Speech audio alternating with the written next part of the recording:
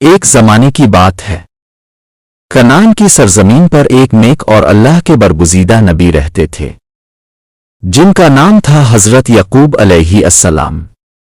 اللہ نے انہیں اولاد کی نعمت عطا فرمائی، اور ان تمام بیٹوں میں ایک بیٹا ایسا تھا جس کے چہرے پر معصومیت اور آنکھوں میں غیر معمولی نور تھا۔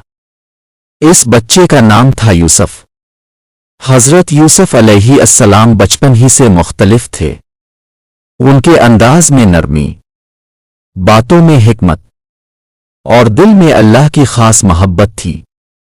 ایک رات حضرت یوسف نے ایک عجیب و غریب خواب دیکھا۔ انہوں نے دیکھا کہ 11 ستارے، سورج اور چاند ان کے سامنے سجدہ کر رہے ہیں۔ صبح ہوتے ہی وہ دوڑتے ہوئے اپنے والد حضرت یعقوب کے پاس آئے اور سادہ دل سے بولے، ابا جان، میں نے خواب میں دیکھا ہے کہ 11 ستارے، سورج اور چاند مجھے سجدہ کر رہے ہیں۔ حضرت یعقوب یہ سن کر خاموش ہو گئے۔ ان کے چہرے پر فکر بھی تھی اور محبت بھی۔ انہوں نے فوراً سمجھ لیا کہ یہ خواب عام نہیں بلکہ اللہ کی طرف سے ایک عظیم اشارہ ہے۔ انہوں نے نرمی سے کہا، بیٹا، یہ خواب اپنے بھائیوں کو مت بتانا۔ شیطان انسان کا کھلا دشمن ہے، لیکن بھائیوں کے دلوں میں پہلے ہی حسد کی آگ جل رہی تھی۔ وہ دیکھتے تھے کہ ان کا باپ یوسف سے زیادہ محبت کرتا ہے۔ ایک دن تمام بھائی آپس میں جمع ہوئے اور حسد نے ان کی عقل پر پردہ ڈال دیا۔ انہوں نے کہا، یوسف اور اس کا بھائی ہمارے باپ کو ہم سے زیادہ پیارے ہیں، حالانکہ ہم ایک مضبوط جماعت ہیں۔ آخر کار انہوں نے ایک خطرناک فیصلہ کر لیا۔ وہ یوسف کو سیر کے بہانے جنگل لے گئے۔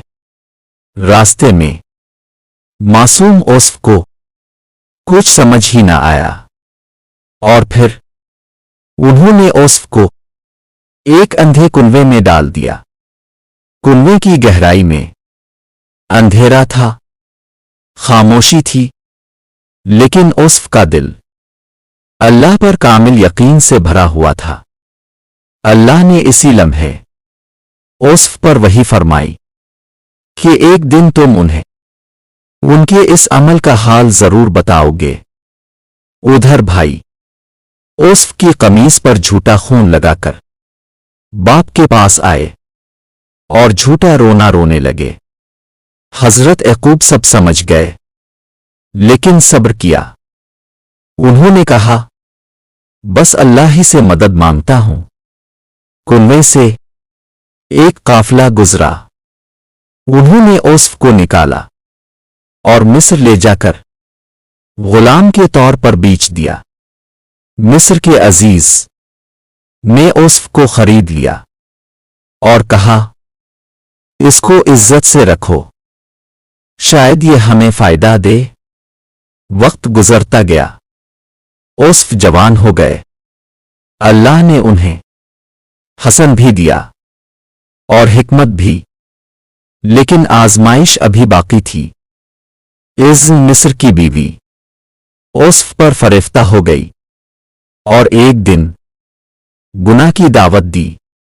یوسف کانپ اٹھے اور بولے، اللہ کی پناہ، میرا رب مجھے کبھی ضائع نہیں کرے گا۔ انہوں نے گناہ سے بچنے کے لیے قید کو ترجیح دی۔ جیل میں بھی یوسف نے صبر کیا، اللہ کو یاد رکھا اور قیدیوں کو خوابوں کی تعبیر بتاتے رہے۔ ایک دن بادشاہ نے خواب دیکھا، کوئی تعبیر نہ بتا سکا۔ تب یوسف کو یاد کیا گیا۔ یوسف نے خواب کی درست تعبیر بتائی اور اپنی بے گناہی ثابت کی۔ بادشاہ حیران رہ گیا اور کہا، آج سے تم ہمارے خاص ہو۔ یوں یوسف مصر کے خزانے کے نگران بن گئے۔ قحط آیا اور وہی بھائی